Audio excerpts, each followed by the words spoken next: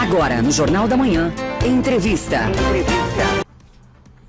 7h22, tramita na Assembleia Legislativa aqui em Santa Catarina uma proposta de lei que libera o fornecimento de medicamentos à base de canabidiol de forma gratuita na rede pública e privada conveniada ao Sistema Único de Saúde. O canabidiol é uma das mais de 400 substâncias químicas encontradas no cannabis sativa, popularmente conhecida como maconha. E uma das proponentes deste projeto é a deputada Paulinha, do Podemos. Ela está conosco por telefone nesta manhã de segunda-feira para falar sobre esse assunto. Deputada Paulinha, bom dia, prazer tê-la conosco aqui, tudo bem? Bom dia, querido. Prazer meu. Uma alegria falar com vocês. Nós é que agradecemos aí pela atenção conosco. Deputada, o que motivou essa proposta, do acesso gratuito de medicamentos à base, então, do canabidiol?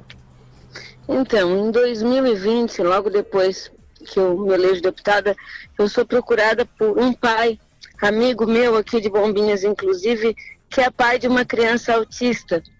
Um menino que começa a fazer um tratamento alternativo com o canabidiol e teve resultados incríveis. Mas o medicamento importado dos Estados Unidos, caríssimo, o tratamento do Pedro na época custava em torno de R$3.000 só para esse tipo de medicamento.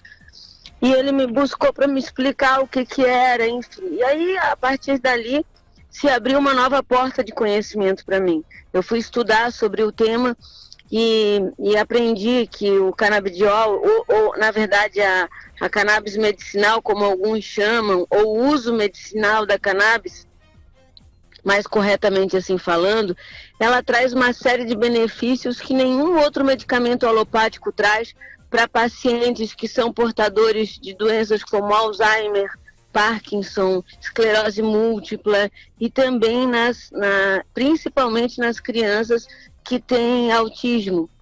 E aí a gente foi investigar como tratava a legislação do Brasil até então para o uso desses medicamentos. E por falta de regulação, quem hoje produz a cannabis medicinal e como a Associação Santa Cannabis, por exemplo, no nosso país, todas essas pessoas têm obtido essa autorização por meio de decisão judicial, sabe? Isso é uma questão. O uso, é importante dizer para as pessoas que o uso, na verdade, do medicamento já é permitido no Brasil, desde 2019, por meio de uma portaria regulatória do Ministério da Saúde. Porém, a produção desse medicamento ainda não, a não ser nesses casos em que a decisão judicial assegura a produção do medicamento, o que torna o medicamento muito caro para o paciente que necessita desse tratamento, né? A gente sabe, deputada, que desde 2014, a gente acompanha essa discussão, porque em 2014, inclusive, a Anvisa, liberou a importação de remédios derivados de cannabis sativa, enfim, com prescrição médica. E essa é uma discussão importante, uma discussão já muito ampla. Qual é o trâmite necessário, digamos assim, para aprovação na Alesc? E esse é um assunto que tem seu desfecho ainda neste ano. Qual é a expectativa da senhora?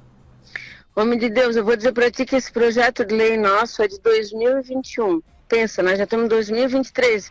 Por conta de preconceito, ele ficou 2 anos parado. Mas agora eu estou muito confiante que ele vai ter uma tramitação célere, porque nós temos outros deputados, como é o caso do Padre Pedro, do deputado Pepe Colasso, de partidos distintos, assim, né? Que nos oferecem apoio para a causa. Então eu acredito que rapidamente, sem dúvida, até junho a lei está sancionada. E aí a gente vai conseguir que o Estado financie esse tratamento para quem não pode pagar. Deputada, aproveitando sobre esse tema, a senhora acha que esse caso, por exemplo, pode abrir precedentes para discussões voltadas à descriminalização de algumas drogas, como a própria maconha, por exemplo, ou não?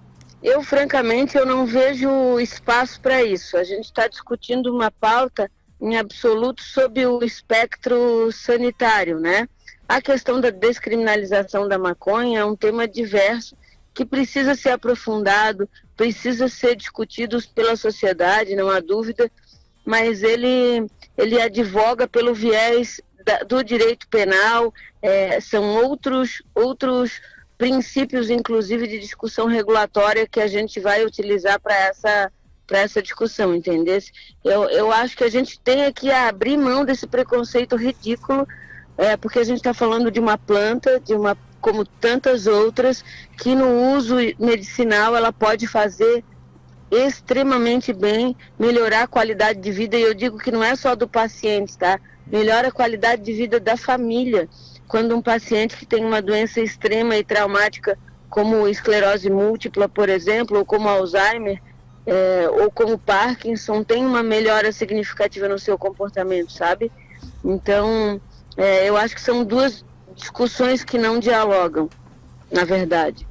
Vamos aguardar, né, deputada? Saindo um pouco do campo da saúde e avançando para o campo da política, eu queria aproveitar a participação da senhora com o ouvinte aqui da Jovem Pan, da região de Joinville, para entender o seguinte, né? Qual a avaliação que a senhora faz dos primeiros meses do governo do Jorginho Melo aqui em Santa Catarina, hein? Então, meu amigo, o que eu vou te falar, assim? O governador, ele se elegeu num cenário muito parecido com o Moisés, né?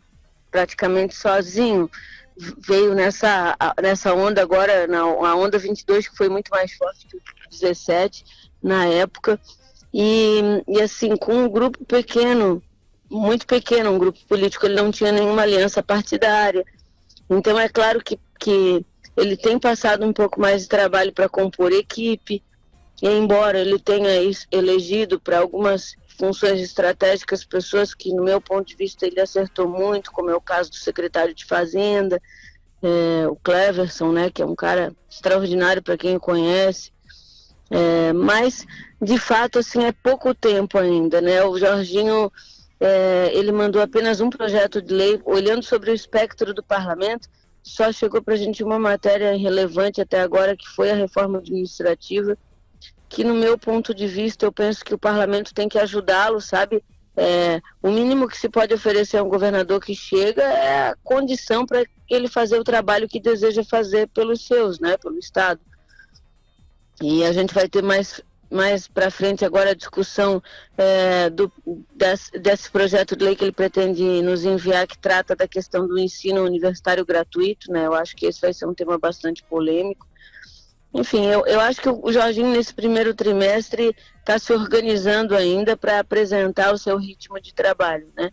Em algumas áreas mais assertivo, em outras nem tanto, mas é muito precoce a gente fazer uma avaliação consistente de um governo que mal começou. Agora, a senhora comentou sobre essa questão do ensino da faculdade gratuita, né? Esse assunto é polêmico, o governo já disse que não tem dinheiro, aliás, o Estado está arrecadando menos do que deveria no início de ano, início de mandato e tudo mais. A senhora acredita que o governo vai conseguir implementar essa promessa de campanha, ou essa discussão vai se arrastar ao longo do ano e a gente não vai ver desfecho disso, hein, deputada? Olha, eu vou dizer para ti, os poucos momentos que eu tive com o governador Jorginho, ele demonstra de fato uma vontade extraordinária de cumprir com esse compromisso que ele assumiu, mas de fato a gente teve aí uma perda significativa da redução do CM dos combustíveis, né? Algo que se aproxima de 300 milhões por mês, então eu não sei da onde que a gente vai articular recurso para dar a robustez que o governador Jorginho espera para esse programa. Mas o governo está muito no começo, né?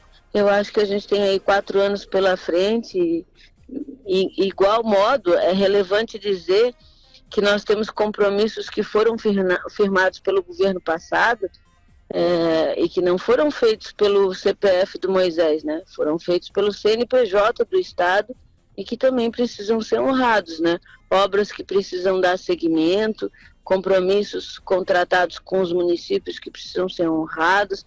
Então, eu tenho para mim que a nossa função no parlamento, mais que tudo, tem que ser colaborar com o governo para a gente achar equação, tanto para atender os compromissos pretéritos, quanto também para olhar com carinho para os problemas e programas sociais, como é o caso da universidade gratuita. Eu digo que é um tema bastante polêmico, porque a gente também tem um programa que oferece a Bolsa Estudante para o aluno do ensino médio, né? Que tinha o propósito de evitar a evasão, justamente naquela idade crítica que o aluno entra na adolescência e chega no ensino médio e para ajudar a sustentar a família acaba abrindo mão da escola. E esse programa foi criado na gestão passada e teve uma redução agora de mais de 80% do número de bolsas ofertadas, né? E isso foi uma decisão que o governo tomou na semana passada e que trouxe assim bastante calor para a Alesc. Acho que a gente tem que avançar sem dúvida nenhuma, mas sem retroagir em benefícios que já foram conquistados, né? Acho que o primeiro desafio também é manter as conquistas que já foram obtidas nessa questão social. Certo. Deputada Paulinha, nosso muito obrigado, muito sucesso aí para a senhora, um bom trabalho, uma excelente semana e até uma próxima oportunidade conversando conosco aqui no Jornal da Manhã. Obrigado, quero dizer que eu adoro sempre falar com vocês, viu? Adoro a Jovem Pan, vocês sabem disso. E é uma alegria começar a semana com essa conversa deliciosa. Um beijão para todos que estão nos ouvindo e que seja uma semana abençoada para todos. Sempre bem-vinda, deputada. Muito obrigado.